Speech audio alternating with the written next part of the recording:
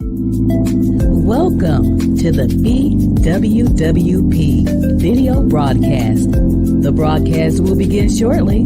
Please stay tuned.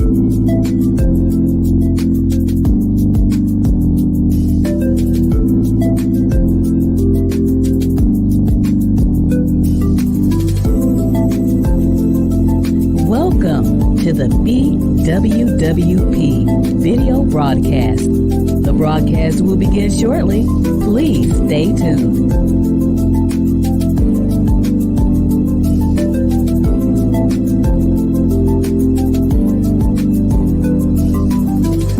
Welcome to the BWWP video broadcast. The broadcast will begin shortly. Please stay tuned.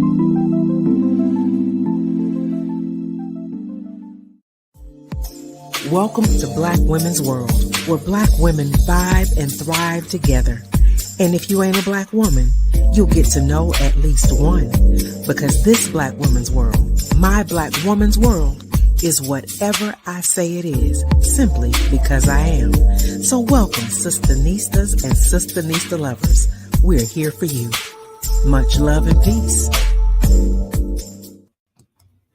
Well, hello, everybody. I am TracyMac, your host of Black Women's World podcast. Listen, let me tell you something, baby. I am so glad to be here today to share with you, my Sister Nistas and Sister Nista lovers, this award-winning gospel artist. I like to say the queen of neo soul when it comes to gospel. I have with me today Miss Lisa McClendon. I know many of you think you know who she is because she has the beautiful, sultry neo soul flavor and her lyrics. Oh my God. I had to tell her in pre-recording that I found her music in 2006 when she recorded Live at the House of Blues. But let me tell you, once I heard that, I had to go back to 2002 when she first started. And then in 2018, when she came up with 5 a.m. And then now she's got some special things. And I'm not going to take up too much time telling you about her because I want the Black Women's World podcast audience to talk to her. Ladies and gentlemen, without further ado, I welcome to the stage gospel recording artist, all things mental health advocacy. You all welcome Miss Lisa McClendon to the Black Women's World podcast. Welcome, Lisa. Listen, the intro is everything. Oh, so soothing. Thank you. Really? Well, I am. Listen, you have soothed a many, so you deserve to be soothed. And if that was soothing to you, baby, I'm grateful. I'm so glad to have you here, Lisa. I am so excited. I want to temper myself because I want the audience to hear our Sister Nistas. Those are Black women, and our Sister Nista lovers are Black. Anybody who loves Black women authentically. I want them to hear you and be with you. Tell us a little bit about Lisa. Right off the bat, how did you get started in gospel music? That's one. So that's a great question. So my children's father, well, let me go back a little bit farther. I was a part of a group in my early 20s, 3 and 1, and we auditioned, fast forward after we had been traveling a while, we auditioned for a independent record label in Jacksonville, Florida. We didn't get picked up. However, I was picked up as a solo artist, which is interesting because 3 and 1 was 4 women. I was one of it was 3 and then there were 4, and I was one part of it. And I always felt like those women were way more talented and could do things that I just did not figure out how my voice could do. But it just speaks to embracing your uniqueness and knowing that although you may not be able to physically do what someone else is doing, that's not what people are looking for. They're looking for you. And it was looking for me. And so I ended up signing the deal, and it was my first independent deal, which eventually led to Integrity, and led to Columbia Records, and the rest is history. And a beautiful history it is, Lisa. I appreciate you saying it's for you. Because there may be some people that others may feel saying I can do the runs and the riffs and all that stuff that we use as church folk have been used to. But then there's a sound. There's a sound and a vibe that you brought and you still bring to the industry. And even being the artist that you are, were you in the songwriting mode? How did you develop your music and your sound? So interestingly enough, my father was a Pentecostal pastor, Mm-hmm. and my mother was a Baptist missionary. So we had Okay. a little bit of dynamics, but my mother, because of who she was, she kept the balance in our house. Because if you know anything about Pentecostal, especially back in the day, were very extreme. Mm-hmm. You wear pants, you couldn't go to the movies, you couldn't do anything. And my household was always music. My father constantly played quartet music. And then somewhere along the way, I fell in love with jazz. I would always watch old classic movies, and it lit me up. And my mother wanted to make sure that I kept that. So Mm-hmm. her deal with me was, as long as you're not listening to anything crazy, I'll let you listen to stuff beyond gospel, because she wasn't like my dad. She was open. Mm-hmm. And so she kind of helped me and supported me along my journey and learning about Ella, Pearl Bailey, Louis Armstrong, John Coltrane. And I just developed that love, which evolved into soul music. I would hear Erykah Badu and Jill Scott. Mm-hmm. I didn't really hear it in gospel, but Yes. I was always a writer. I always wrote poems growing up, but in my head, the poems matched the sound that I grew to love, and those Wow. worlds kind of merged, and it was just unique at that time when I first came on the scene, and it just was a place for me to present that to the world. That is awesome. And I hear you, the Jill Scotts, the NDRE, all that, and I still love it. But you were the first person I heard, and I am a gospel music enthusiast. I go all the way back to James Cleveland, Andre Crouch. I could sing songs before I could talk and read. You see what I'm saying? And not that, but I appreciate that you were able to merge those worlds then and still.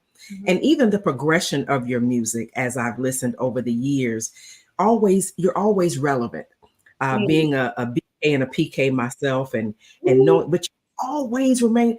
And even one of your songs, when you say, "I just want to reminisce how good God has been to me," we go back in the day, the old school, when we couldn't wear the pants and going to the beach with a jean skirt on, the same, And I thank you, because something that I read, because I've been following you on social media for a while, I did not know you were a domestic violence survivor. And I'm like, I didn't know I was a domestic violence survivor. I mean, I didn't even know. I let you. I didn't know. Why? I didn't even know it. And I was like, "Wow, anyway, go ahead. I'm listening." This is live with Lisa. I didn't know. And then we're going to talk about a whole lot. I'm going to let you talk about your advocacy in the mental health space. You mentioned the diagnosis you got. I kind of just want you to live right in your authenticity and your vulnerability, because I know that's going to speak to the audience. But you said you didn't know about the domestic violence. Tell me about that. I knew that I was in a very bad situation, and I always have to say this, because I want to always honor my children's father. It was not my children's father. I was married twice. My children's father, we just were young. We got married young, immature, didn't know anything. But when I rushed into that second marriage was it was crazy. But so the crazy thing about domestic abuse, or when you're in a relationship where someone is controlling you and manipulating you, you don't sometimes realize that you're in that situation until you come out and look back. And now for me, now it makes sense when I would see women in relationships, and I would go, why is she there? Why is she still there? Why is she put up with that? Because there is something so amazing about the brain that if you're not careful, it can go way left, way right. You know what I'm saying? Yeah. You got to be careful about who you allow to be in your space, because they have access to manipulating your brain. And so just being in that situation, I always say there's a word they use, he groomed me. Groomed me as a partner, if you will. He groomed me for the first several months, but he was setting me up. And wow. one of the reasons why I didn't realize I was in an abusive relationship because he never hit me. And that's important. A lot of people are in abusive situations because their definition of abuse is impartial, is in part. And so I didn't realize I was abused until I started watching different documentaries on, just because I love documentaries. Yeah, same. Documentaries about abuse and stuff. And I'm like, wait a minute, that happened to me? Wait a minute, that happened to me? And then I would call people who knew me back then, and I'm like, was this happened? They're like, yeah. I'm like, I was in an abusive relationship. They're like, yeah. It wasn't just a bad marriage. And so I lost a lot. What I lost the most was I lost my mind. I literally, and I hear people say that, but no, that is a real thing. There is a thing where you can lose your mind, where you, and I believe I'm going to help somebody right here. When you are living in a world and the world looks surreal, it is the scariest and weirdest thing. It's like the world is moving in slow motion. Like you're looking at yourself from the outside. I had gotten to that place where the world didn't look real to me. I was in someone else's world. But God. Talk about it, baby. But God. But God. A lifeline to you, and you were able to get out, which I was able to get out. God sent some people around me that really championed therapy and reading. They were like, you need to, a friend of mine, he just gave me so many books because he had been there. He said, if I gave you these books, will you read these books? And one of the first books I read was Where Do We Go From Here by Dr. Valerie Burton. Wow. And one of the things that, even though I can't remember everything in the book, it was that first chapter when she said, going through a divorce is likened to driving and being hit by a car. And when the ambulance get there, I believe she was telling her story. And when the ambulance get there, or the EMT gets there, and you jump up because you're so used to being an autopilot, and you're walking around, and the EMT says, no, ma'am, sit down. You just been hit. Like you don't feel it now, but you're gonna feel it. I need you to sit. You've just been in a serious accident. And for me, let me tell you what I did. Y'all ready? I'm ready. When I came out of the divorce, the first thing I did was write a tell-all book. Oh. Wrong. Oh. And I see it so often, and I can't say everybody's journey is different than mine, but what I've seen is women come out of divorce, and I know men go through divorce too, and there are abusive women as well. What I've seen is women come out of divorces, out of a bad marriage or whatever, and they're immediately a life coach. They're immediately a coach on relationships, on single women, or we're writing a book to help people. Baby, you have to heal first. One of the first questions I had to ask myself when I realized, that was premature. You shouldn't write that book. You weren't ready. The first thing I needed to ask myself, which I eventually asked myself, is how did you end up in this? How did you allow this? What is it about you that you allowed yourself to be in this situation? And that question. My therapist and I, we walked for years. You're talking about it's almost 8 years later, but I walked for years answering that question and doing the work here. Talk about it, Lisa. Doing the work here. So just that, and then waking up the conversation when I was 15. I was in church singing on the praise team. Couldn't breathe, and they ended up having to rush me to the emergency room, and that's where the doctor diagnosed me with an anxiety disorder. But what was crazy, TracyMac, is I had been having what I had called it an episode in my head.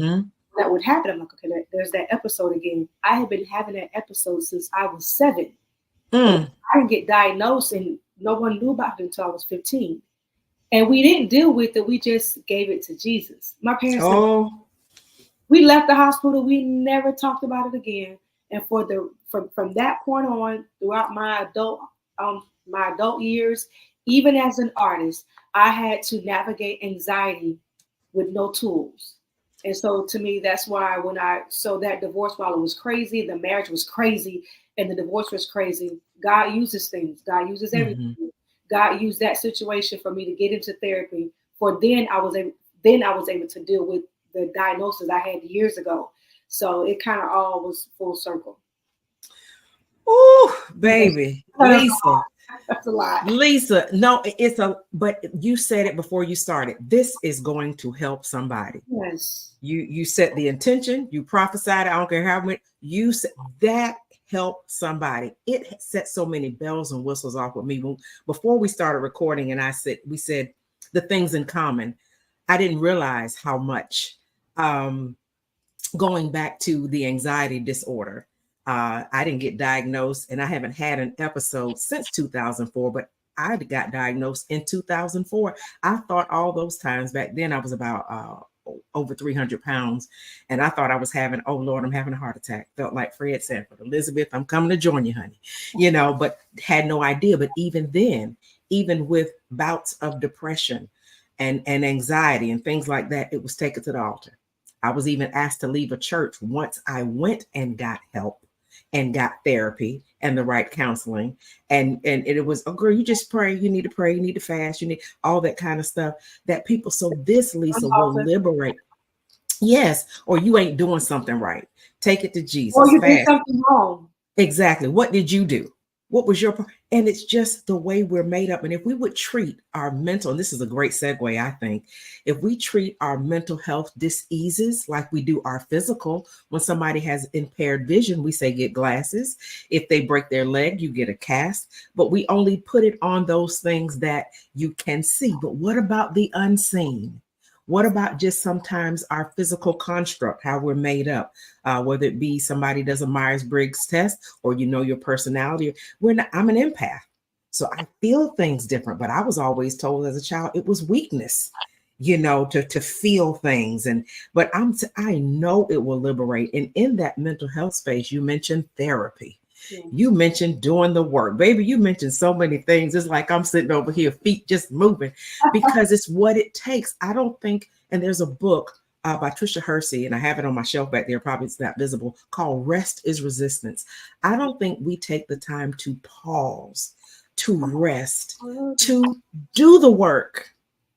The power is in the pause. Yeah. I mean, as a fellow Black woman, somebody, especially in the music industry, even that's a spiritual space, because you're taking something from invisible to visible, something that's never been heard before. God is trusting your vessel to hum through and bring something to existence. And there's a space where you have to live in to be able to hear. Yeah. And I see you messed up. So how did you use doing your work, going through therapy, to become an advocate to others? Because I know with me, there was some shame there. And I say church abuse and things like that. And you mentioned earlier too, let me say this, about not knowing it was abuse. Sometimes we don't know the dysfunction until we get out of it and see something else. Yeah. So how did you go from doing the work as a mom, you mentioned having your children, a music artist, and we know they don't always pay good, as people assume. Yeah. How did you know to take off the taboo, the things that the church meant, to go out and state, this is me, and also use that to help other people? So one of the things that I'm learning is don't ignore the things that are happening around you. I believe that's when God is really showing us our path. Sometimes we're like, oh, I don't know what to do. Yeah, you kind of do. If you really slow down and just look at what keeps coming your way. And so I said that to say there were always women coming to me with the same story. And I would find myself just being me, talking to them and sharing what I would do. And then every time those women would say, why are you helping women? You should be doing this. You need one girl's like, you need a church. I was like, no, I don't. You need a group. You need to help women. And then it would happen again. And then it would happen again. And then you stop and go, wait a minute, maybe I should be using my story to help other women, because I keep crossing paths with these women. When I hear them talking, I'm like, oh my goodness, I know exactly what you're talking about. I was there. I know what to do. I know what you shouldn't be doing. I'll be able to share with them why they shouldn't. give them a why, or offer. I like to offer suggestions, and then you pick, because you don't want to take their power away. Mm-hmm. And so I think that's what it was. Like recently, I had a young woman come across my path, and when I met her, she wasn't. Well, I didn't know. I had no clue that she was going through something similar to what I've been through. She kind of said something here and there. I don't know if she was just trying to drop seeds or whatever, but it went full. It was a full-fledged blow up, and she found herself facing divorce, and much like mine. And she called me and said, "What did you do?" And I'm like, "Huh?" And she's like, "I need help. I need your help." And I was, because of what I've been through, and because of the healing that I had been through. Sometimes we think because of what we've been through is enough. I feel it. I feel God. Yes. Sometimes we think our trial is enough to minister to other people, and that's not the case. Because sometimes your trial can hurt someone if you haven't addressed the trauma. So my trial, in support of my journey to healing, is what's qualified me to help others. You cannot forget that in the ingredient. Your trial is not enough. Your story is not enough. Your healing has to be a part of the equation. It has to be. Otherwise, you risk hurting other people. Because for me, and if anybody bought the book and they want to send it back and I can refund you, when I look at the book now, I think I did okay in a way, but some of that was still coming from hurt. There were some things that I read in the book, and I'm like, why did you say that? Because you were talking from a place of hurt and trauma. You hadn't healed. Yes. And so I think that is important. So now helping women, now I know that I can do it because I know that I'm not talking from a place of trauma. Ooh, let me tell you, vulnerability is a strength and a strategy, and baby, you use it well. Let me tell you, y'all give her some hearts down there in the chat. This is gospel recording artist, and more than that, Lisa McClendon. Put your comments in there. Let her know you vibing with what you picking up what she putting down. Send some hearts to this sister, because let me tell you, I am sitting here. You said the trial is not enough. The healing has to be incorporated. And sometimes you can't wait for permission from other people to heal. Sometimes I waited for years for the okay from the church to go get therapy. I waited for years. And then something you said back then, I had to ask myself, especially when it came to relationships. And like you said, people try to put you where they think you belong. Absolutely. I had to ask myself, Tracy, when you talk about forgiving and you talk about what needs to be done, you have to also realize, when did I put myself in a place to be offended? When did I allow myself to vibrate so low that I could be offended by these people, places, and things? Yes, sometimes some things are other people's fault, but when you said the trial is not enough, I vibrated low enough to be hurt and offended. But the healing is where the healing is for others. And I just got to put this up real quick, y'all. We're talking to gospel recording artists and more than that. Lisa McClendon, because we're going to share what she's doing now with her project Perfect. We're going to talk about what she's doing in Ye's Village. Let me tell you, we have so much more. We just 20 some minutes into this and got a ways to go. Tag somebody, call somebody, whatever you need to do to get them on this live to hear even more from our brilliant sister who even wrote a song called Brilliant, Lisa McClendon. You know, because some people go back to and I would not dare sing it in your face, but you're holy, oh so holy, you know. But one of my favorites is people, come on, bring your friends in to hear y'all. Give her some hearts and vibes and let her know Lisa McClendon is live with Perfect. But one of mine, and I think it goes, is when you talk about the exchange, but for eternity. You know, I gave up a lifetime and even exchange your life for mine. I walked away literally from it all.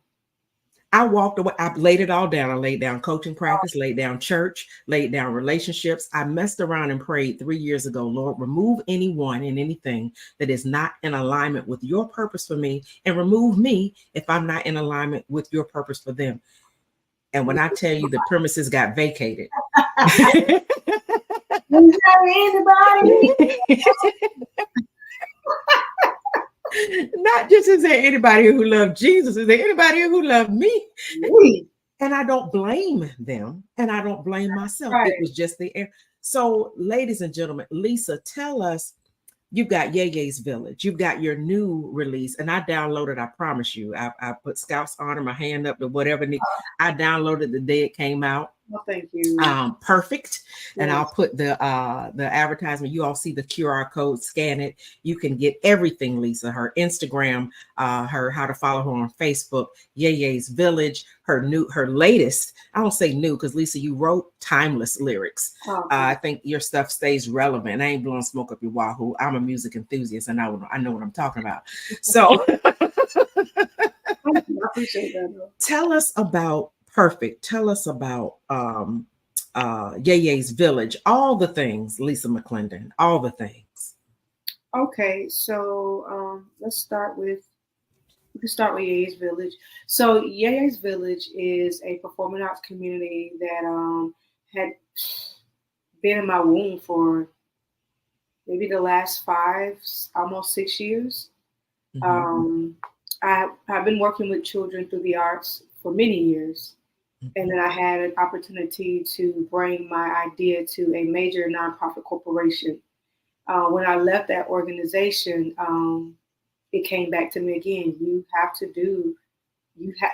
Originally it was called Ye's House. Okay. And it came back to me to use the arts as a way for disguised learning. Going back to my daughter, who's now 23, when she was younger, it was so hard for me to get her to eat vegetables. I just could not get her to eat vegetables. But she loved smoothies. She loved them. And so what I started doing is I would get up before her and I would go downstairs and I would put all of these fruits in for her smoothie, but then I would throw in cauliflower and broccoli and whatever else and kale, and I would blend it all, and she would love the smoothie. Mm-hmm. So I learned that sometimes people don't know what they need, so you have to wrap it up on what they want. Oh, yeah. Say that again for the people in the back. People don't know what they want, so you have to wrap it up on what they want. And awesome. So that was my approach, and it worked. When I was with the organization, it worked. We were able to turn that club around. The media came in and did a coverage on us. And so I wanted to do that again because even though I left the organization, it's just, again, when I was sharing with you earlier, sometimes we say we don't know what we're supposed to be doing, but if you just pay attention to what's around you, you can pinpoint what the direction God is leading you. And I'm always brought back to children. No matter how much music, how many places I get to travel to, how many stages I take, God has given me a gift to impact the lives of kids. Even my daughter said it. We were walking somewhere and she said, Mama, she said, what is it about you? And I don't know what she was talking about. So what are you talking about? She said, kids are just drawn to you. And I was like, what are you talking about? She's like, you're walking and this child, and I started paying attention and she's right. Kids are just, and I love kids. I love the well-being of children. I love giving them a voice because I was that child that when I was 7, which is what brought on the anxiety, I was being molested because the adults didn't have time to pay attention and listen. They were too busy in church. They were too busy fasting and praying. They were too busy at watch night service. Talk about it, Lisa. In BWWP. And in their defense, they didn't know to pay attention to that stuff. So because the adults weren't paying attention, I was being mishandled, which left me with a life where I had to learn how that I inherited something that wasn't my fault. And I want to do that for children. And so I'm using Ye's Village right now. We are offering vocal performance and dramatization to help kids with social emotional regulation and academic excellence.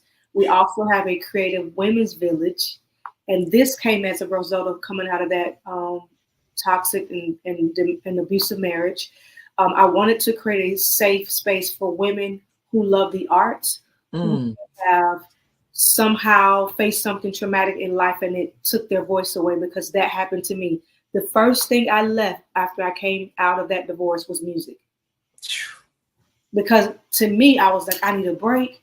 I don't want to sing. And I didn't realize at that time that the very gift of music that God had given me was the thing that was going to bring my healing. In addition to the therapy, ever heard of an art therapist?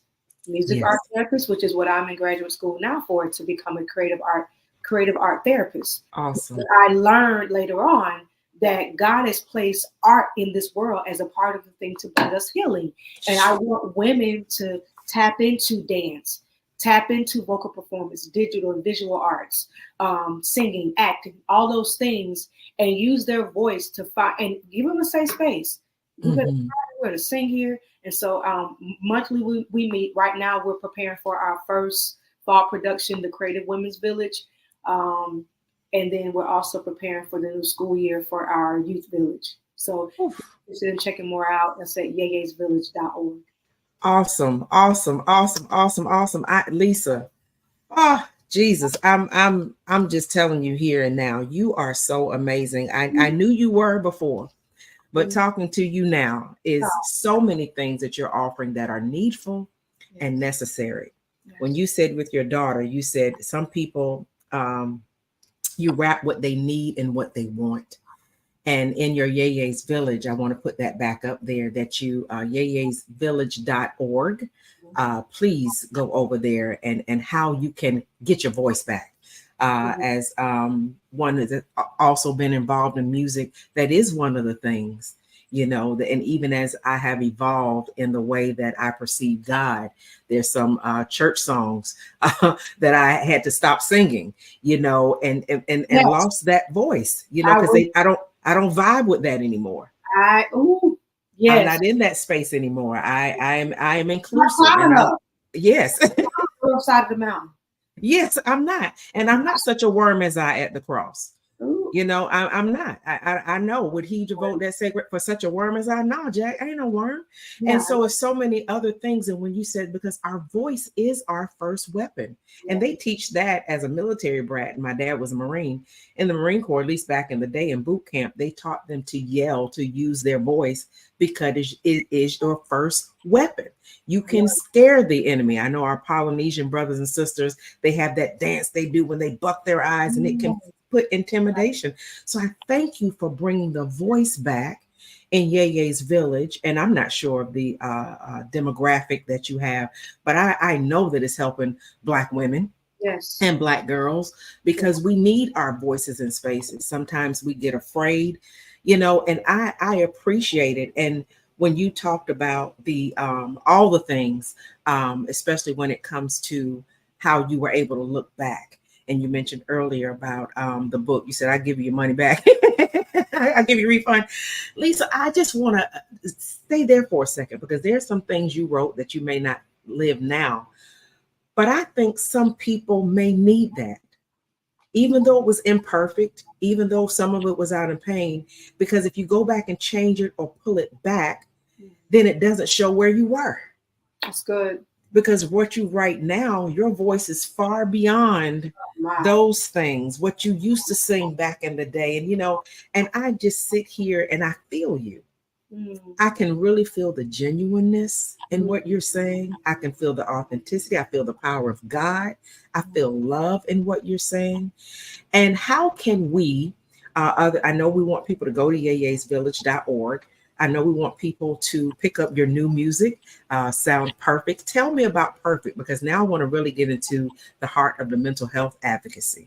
As a fellow mental health advocate myself, how did you actually get into that? I know this incorporated within Yaya's Village and you going back to school, but tell me how you began to pen the words to Perfect, because I love the lyrics.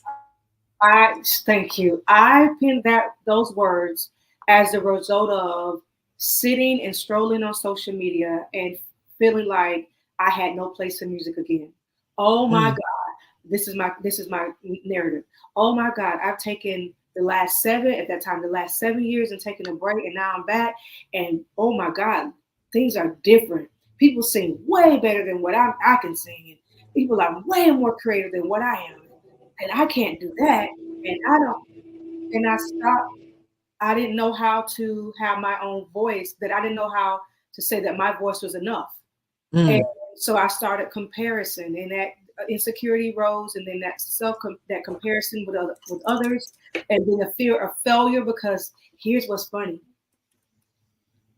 I used to always say this: if somebody just in certain spaces, music, that's my world. So, but when I started stepping into other spaces, I was like, give me a chance to open that door. I'm going to just walk through it.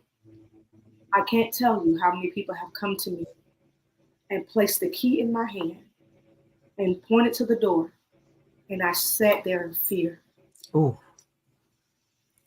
And then I was like, oh, what happened to if I just get to the door and walk through?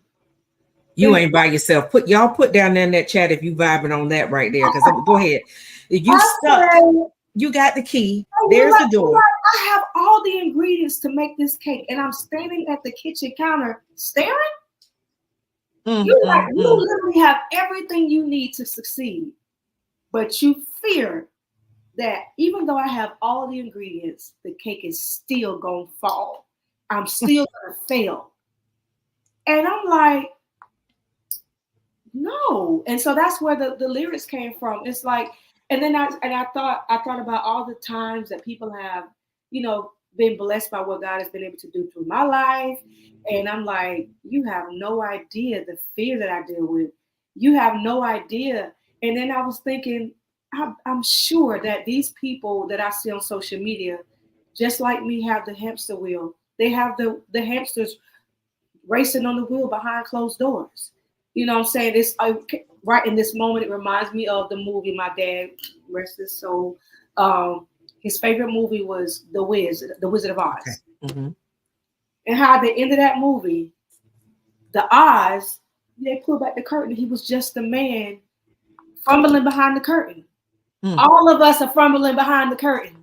All of us. All of us got this big voice and all this on social media. But when the cameras are off, we're trying to figure it out. We are trying to produce the perfect reel, the perfect post. And that's what I often tell people that I come in communication with, is that you have to remember, we have got to stop trying to live a Photoshop life in real time. Ooh, I need some hearts. I need some bells and whistles. I'm going to put some hearts down there myself. Photoshop Wait. Pause. Say it again slow. You cannot successfully live a Photoshop life in real time. I just filtered that. I just cut. I just edited. I just added text. And now in my real life, I'm feeling insecure because what I see on social media, which is edited and Photoshop and filtered, I'm looking in real time and I'm comparing that. And I will learn that I'm not the only one. You are not the only one. And so there's freedom. There's a scripture that says that they overcame them by the blood of the Lamb and the word of their testimony. And we have to understand that when a lot of times when our testimony, a part of our testimony is our struggle.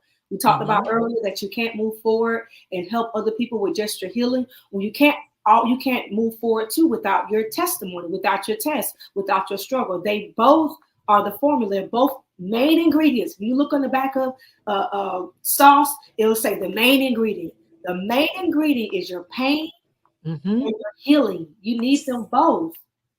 And we post our healing and our prosperity, but we don't post our pain. And then people like me, we are left to feel like something's wrong with us. There's nothing wrong with you. You just cannot live real time in what they've edited. Baby, let me tell you, I'm mashing, not pushing. I'm mashing the buttons over here. Because, oh my God, so much of what you said, edited lives. Lisa, I will tell you, I have been extremely vulnerable. One Life people, everybody who follows the podcast and me personally, I'm vulnerable because LaTanya Jr., I will always give her credit, taught me. I knew vulnerability was a strength, but I never knew it was a strategy. And when you just said about the pain and the healing, our pain and our loss have not been wasted. We use them. God in his divine apothecary takes everything that we have ever gone through, and we get to use it for his glory. And then when we do sit, I have found out, Lisa, and I hear you saying it, behind the scene is the scene for me. Yes. I'm not gonna I'm looking all cute today, but if I lift this up, these Yeah. edges, I need a retie, Yeah.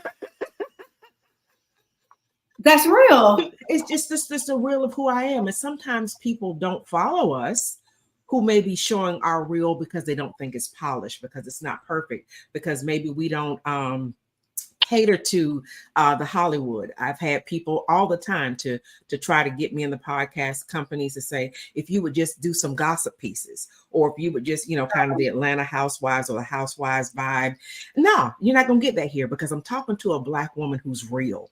The Black woman who doesn't feel like getting up in the morning, who don't want to be bothered, who's transitioning between her belief systems, who's left a marriage and divorce, and know the ugliness of it, and know that stuff goes on in church that's more of a trauma than other things you experience. That Black woman who works hard to do who she does, who has a Yeye's village, who may not wind up on the 6 o'clock news. Those of us that have weight issues and barriers, that's the person.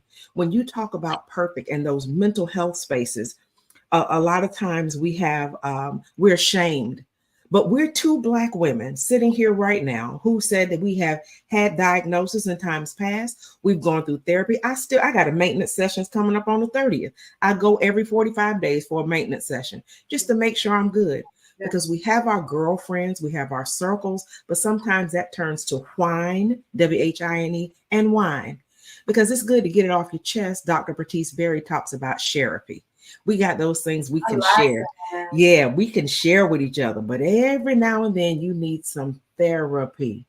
Therapy may feel like therapy, but you need somebody to come in there and help you deal with those tools. Absolutely. And in that mental health space, Lisa, when you wound up in my inbox and I said, Lord God, here she is.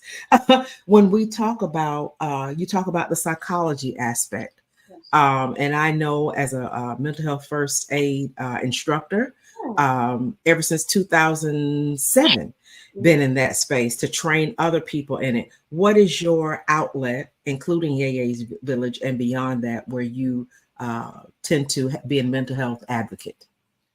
Yeah, so one of the things that I've been doing, we launched this year, which I thoroughly enjoy, is music and conversation. So I've been doing community chats where people have been bringing me in to sing, and then we just have an intimate one-on-one laid-back community chat with the audience about mental health. People can ask questions. People can get tips on how to do self-care and how to support others, because sometimes people don't know what to do when they come in contact with someone who says they have an anxiety disorder, or somebody on the autistic spectrum, somebody who's neurodivergent. They get uncomfortable. It's not that they don't want to help, they don't know how. So they shun, because it speaks to their inability to do anything about it. So these people need to be equipped, whether you're dealing with it or you know someone that's dealing with it. So that's important. For me, myself, one of the things I've recently been introduced, especially since going into the creative arts therapy space, is play. I've been starting to play a lot. I play in my garden. I always do my morning meditative prayer walk in the mornings with no phone. I just walk and hear and stay in the moment. And when I came back on the porch, I looked and I was like, look at my tomatoes. Look at them over there. So you'll find me that. I was also at IKEA the other day, and let's just have a good girl, Black girl magic, hearing back talk. I found this $1.25 little board, little fold up. Looks like a vase when you finish, but the colors was like an ethnic African vibe, and I put it together. Therapy, art, play, put it together while I was watching a little documentary. And then I went upstairs and grabbed some florals that I had, flowers, and added the flowers. So I have a little African print with my flower, because I like to combine things that are different. I like to make one. And so that kind of play. And I went to the Dalai Lama Museum, Dalai Lama. I went to a museum recently. Can't think of Uh-huh. it. Went to a museum. So I'm trying to find opportunities more to play. This morning I was like, okay, we gotta really play. I want to go buy a coloring book. Mm-hmm. And maybe have a glass of wine while I'm coloring, and or just and then one of the last things I want to share that I think will really, really, really bless people. Let me just talk to y'all. Lean in, sister. Lean in. So because I'm always moving so much throughout the week, I was feeling guilty about relaxing on the weekend, Saturday and Sunday. And so I like a clean house. And I particularly like my bathroom. I just like certain things to be clean. Not that I don't have chaos sometimes. Mm-hmm. But I was like, okay, I need to clean my bathroom. I want to, get my bathroom tidy for the weekend, for the new week. So I was sitting there, and I finally got up, and I was exhausted, physically exhausted. Mm-hmm. First of all, I'm a woman that's, if we're being transparent, I'm a woman that's dealing with perimenopause. Same. So hot flashes, brain fatigue, night sweats. I mean, all that stuff. So it weighs on me throughout the day. So I'm standing in the bathroom, and I'm like, do you want to do this? And I'm like, I want it done, but I'm so tired. And then I thought to myself, so why are you doing it now? Because on social media, people show that on the weekends is their cleaning day. And they show all their, this is me having a conversation with myself. Mm-hmm. And there are people, everybody do they cleaning on the weekends, and they put their music on and they clean. And I was like, but do you want to do that? And I was like, I don't. Like, this is me talking, like, I don't want to do that. Okay, so what do you want, Lisa? I do this all the time, talking to me. What do you want? Well, I want my bathroom to be clean. Okay. Do you want to do it on the weekend? I don't want to do it on the weekend. So what do you want to do? Well, it makes sense for me, since I'm already in go mode Monday through Friday, then you will block out time for cleaning on the weekdays. That way you can get your weekends back with no guilt, because throughout the week, while you're already in go mode, my mind is already programmed to be in go mode. That's the time I'm going to work on my business. That's the time I'm going to clean. I'm going to carve out that time to get all those things done. And on Saturday and Sunday, unless I'm traveling for music, you get to rest with no guilt. And I had to learn that the way I structure my life does not have to be the way other people structure their life, because my life is my life, and social media does not get to dictate how I live my life. Ooh. So sometimes we are walking in bondage because we're trying to do things the way other people do it, but nobody is walking behind you with a scorecard in your house saying 10, 5, 7, and I'm like, go back and restructure. There is no blueprint on how you do what you do. There's some people who live in filth and they love it.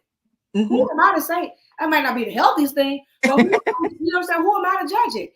I know what works for me. And sometimes we got to stop living our life based upon the way other people live their life. And you know what? It's been a week since I've done that. And it's been the most amazing thing, because my house, every day I do one thing, cleaning, 1 or 2 things. Okay, today I'm folding clothes. Okay, today I'm cleaning the tub. Tomorrow I'm cleaning the sink. I do dishes every day because I just can't do it. My brain won't let me do it. Yeah. But every day I'm doing something, and by the time Saturday hits, my house has been clean throughout the week, so I get to sit and rest because I need the rest. Just because of the way I'm wired, I need rest. Same. Oh God, baby, we listen. You are amazing. You have said so many things. I will tell you this. Anybody who knows me, raised by a Marine, our house had to be white glove clean, and so it was some trauma in that white glove cleaning. And my daddy, Bishop Walter E. Jones, he's still alive today. You walk in his house, you're going to smell bleach. He's just a neat freak. OCD, literally, and I'm not making fun of people that may have that disorder, but he is neat. So I grew up in that. So clean, even though it's nowhere in the Bible that cleanliness is next to godliness, but that's something we assume. So Lisa, I can vibe with you on that. And it was to the point where cleaning up all the time. I hated growing up. We cleaned up. You knew your mama turned the music on Saturday mornings. if you didn't have to go to church for something on Saturday, Right. and you're going to clean up all day. And I vowed as a child, not even knowing who I would be the woman I am now, that I ain't spending all day Saturday cleaning up. Great. I ain't spending all day Saturday. And like you, because a lot of my clients, I would, especially when I was doing a lot of heavy coaching, my main clients were more available on weekends, speaking engagements, weekends. But I made up my mind, and one of my girlfriends, she said, you come in your house, everything is clean, but your bed look messy. Let me tell you, my dad made us have hospital corners back then. Well, no such, even if there were fitted sheets, we didn't have them. We had to tuck the sheet that you put on top. We didn't have the fitted sheets. And he wasn't abusive with it, but he'd come and check. And so I vowed, I said, when I get grown, I ain't making up my bed like this every day. You can walk in my house anytime to get ready, because like you, I clean up all the time. When I use the bathroom, I wipe it down. When I'm in the kitchen, I wash the dishes, and it's not overly, but it's the way I like to live. I love my office. You mentioned being creative and playing. Dr. Velda Love, we did a podcast, and she does a lot of the work in racial justice and equity. And so a lot of times as a Black woman, she has to go into white spaces to have the hard conversations. And one thing that she and I talked about was when we speak, we get people to play. I did a symposium with Black men, and I had them play bones, lay down them bones, play some spades, no fighting, but play. I have a coloring book. I sit on my back porch. I have wine and I color. Sometimes I'm not. We play Uno. I mean, we ain't studying the directions on the box. We're going to double stack. We're going to play. We got big Uno. I love to get together with people and play and laugh, because to me, especially as Black women, that's how we became friends. That's how we get to know each other. We play. That's community. We do each other's hair. We talk about how you fix your macaroni and cheese, what you put in your stuff. And so all this stuff on social media, to me, that is a patriarchal and a colonial way that was the American dream is up for revision. Because I don't need the things that they say I need. I have cleared out a lot of things I don't want, physical things, emotional things, because I just don't need them to be whole in myself, to know who I am. This is what I like. This is what I don't like. And it took me 3 times 7 plus some to get to 55 to say, I'm going to do me. Absolutely. I'm going to like unapologetically. Absolutely. And if there's anything about it, y'all get down there in the chat. Are you doing you? It's something that we're saying, giving you the freedom or even the confirmation, or at least cheering you on to do you in your space, whether you've gone through domestic violence or domestic abuse, whether you've gone through churchianity, religiosity, even church hurt, religious trauma that we'll be talking about in a conference I got coming up soon. But all those things, and you survived.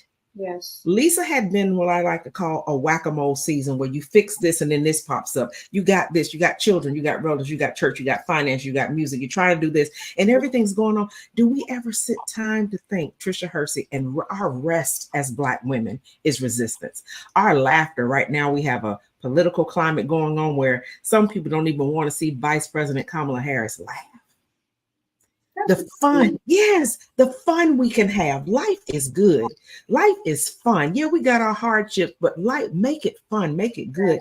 Lisa, when you talk about the fun, and you mentioned menopause, be transparent, fighting with that joker, hot flashes, couldn't sleep, freezing my husband out the house. 1 minute I got the cover on, then I deal with anemia. So another minute I'm freezing and all this, and I got the menopause muffin top. I would share, but it may hit the camera.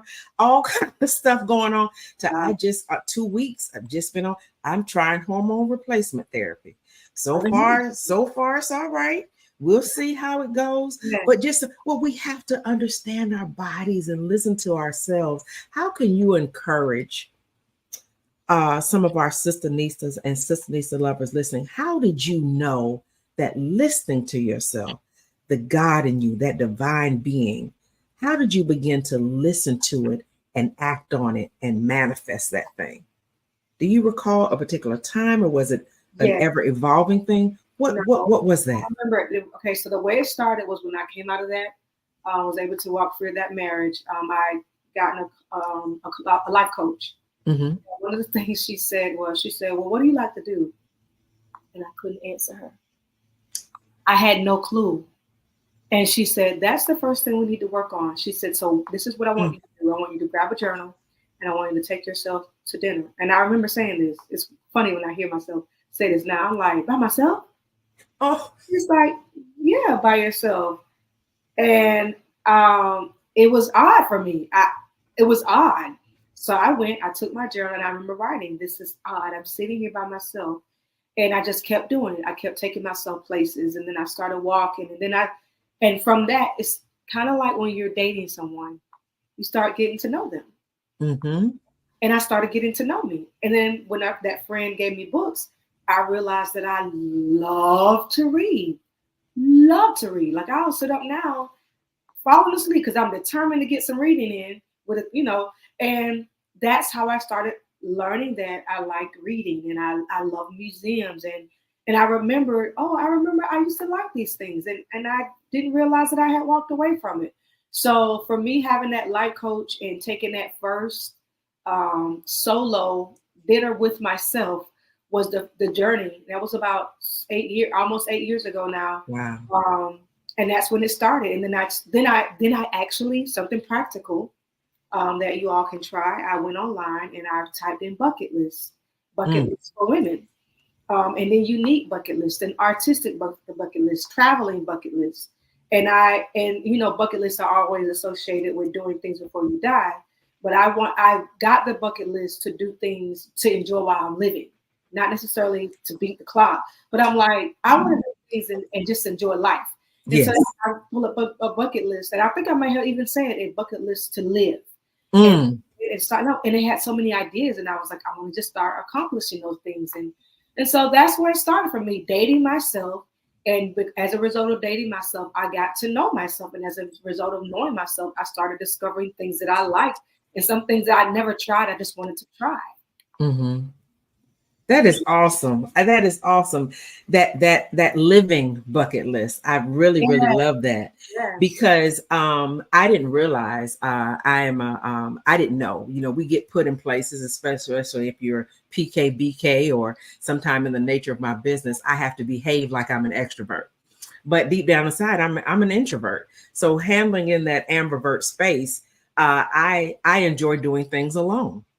And I always say, if I'm with you or if I invite you into my space, I really love you because that means you have improved upon my company of one. Right. And so I love that you take the time to date yourself. Sister Nistas and Sister Nista lovers, that is a nugget right there. Yeah. I an avid reader. Ever since I was young, I love to read. That requires being alone and being not by yourself, Lisa, but like you said, having that life coach to give you the opportunity to be with yourself. And when you were with you and being with yourself, you get to realize, you know what? I'm a pretty cool chick. Yeah, I actually scared because I'm like, okay, I'm not going to be by myself a little bit too much. Yeah. I was like, yeah, you kind of like it too much. Yeah, because that balance, of it. I always say, how can you invite someone to a party that you're not enjoying? So I had to learn how to enjoy my own party with myself. I'm like, I love being with myself. Now I can enjoy other people being with me as well in the room. Yes, that is awesome. How can I invite people to a party I'm not at? That gives the visual. Can you imagine it being your birthday and you inviting everybody, making all the preparations, and they get there and you are missing? You are miserable because you're trying to do what other people are doing on social media. You're at the party, but you're not enjoying it. Yes. Or even in the walls, you're invisible. Or like you said, what do I like? It took me a while because I was so busy churching and doing stuff for other people and what other people said God I should do. I didn't have a clue, Lisa. I didn't. And then when I did say it, it was stuff I thought other people would approve of. Right. So that wasn't even an honest answer. It wasn't authentic. Yeah. So it took getting real with myself. And then the comparison, as another Lisa Nichols said, comparison is the thief of all joy. I love her. When I met her back in 2014 at her conference, and that's when I first heard her say, comparison is the thief of all joy. And I said, my God.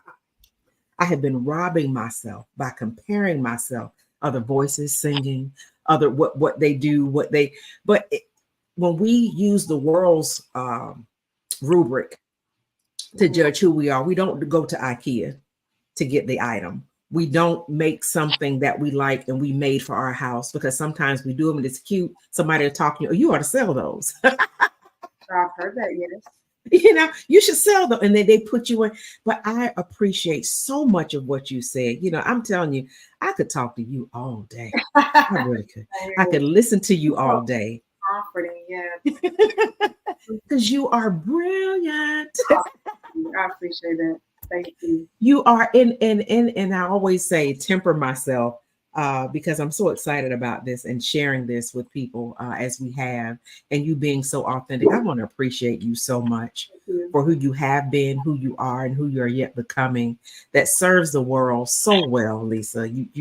You're serving the world so well, and I even in what you feel are imperfections, that pain and that loss have really not been wasted, my sister. And in closing, please share something else. And while I'm talking, because I don't want to put this over your face, I'll put it over mine. Okay. Please, you all look, yayaysvillage.org, Lisa McClendon's latest project, Perfect. And you can go back and see her project all the way back to 2002, Diary of My Life. Then she did soul music. Then she did Live at the House of Blues in New Orleans in 2006. She did a song called Reality in 2018. A song I love called 5 a.m. because I'm an early riser and I get up around 4:35, just natural clock. Then she did her soul collection in 2020 and Perfect in 2024. So go to yayaysvillage.org, use your phone to scan the QR code. I'm leaving it up there long enough that you got time to position your camera to get that up there to see all things Lisa McClendon. Because in my opinion, this interview has been the title song of her latest project. It has been perfect. Oh, thank you. But Lisa, tell us in some words as we go out, what would you like our audience to leave with, including or outside of your information of how we can support you? So you can definitely find me on Bandcamp, which I typically post my music there first because we're still working on the website. But it's lisamcclendon.bandcamp.com. I'm mostly on IG. If I'm on social media, it's going to be IG or LinkedIn. But IG is Lisa McClendon. I am Lisa McClendon. I believe that's what it is. But you can also follow me on Facebook, Lisa McClendon. I don't have a lot of work going on there, but definitely on IG and LinkedIn, which is my professional page, which I talk more about music and how music can heal. I also share about my journey with Yaya's Village. And it shows the professional side of what I do musically to help people in the community. I definitely encourage you, if you are on LinkedIn, to follow me there as well. And the song Perfect is streaming on all platforms. You can get it now at Apple Music. I always try to encourage people, if you're going to stream it, great, keep streaming it, but buy it too, because it really is the artist. So purchase it. You can purchase it on Bandcamp is another great way to support. Streaming it alone, someone else is getting more of the money than the artist. So stream it, but make sure you buy it, because that's a bigger support to the artist. And that's what's up. Well, baby, you can count on me to have done so. Between, back in the day, it was CDs. And then then we had the little iPods and whatever. But yes, support artists. Maybe we can come back another time to talk about what that really means in the music industry, and that streaming is really a disservice, in my opinion, to get paid pennies on the dollar, and how we can support our artists through their direct sales and through, like Lisa has said, Bandcamp, and just confirming she can be found on Instagram at Lisa McClendon. And I thank you again, Lisa, for being so everything that you are. So, and like I said, in my opinion, I know we got Jill Scott and NDRE in our R&B neo soul, but to me, you are the originator of it in our gospel music industry. And I thank you so much for being here on Black Women's World. I am TracyMac. Much love and peace. I'm grateful, and I love y'all for real. You've been listening to Black Women's World Podcast, the BWWP. Brought to you in part by TracyMac Solutions for Life Institute, coaching and training services. No doubt you have enjoyed being in our world, and it doesn't have to stop here. Head on over to blackwomensworld.com. This is my personal invitation to you to stay connected with me on social media and more. I'd love to see you there, and I'm so grateful you came to be with me here. Invite someone else to join you in our queendom next time so they can feel the vibe of our tribe of Sister Nistas and Sister Nista lovers too.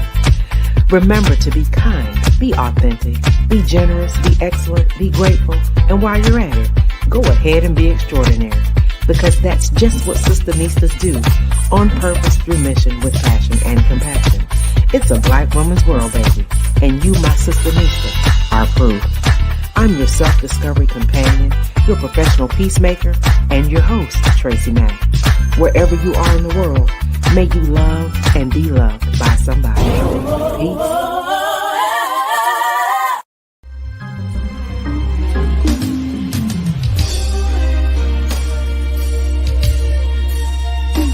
Powered by TracyMac.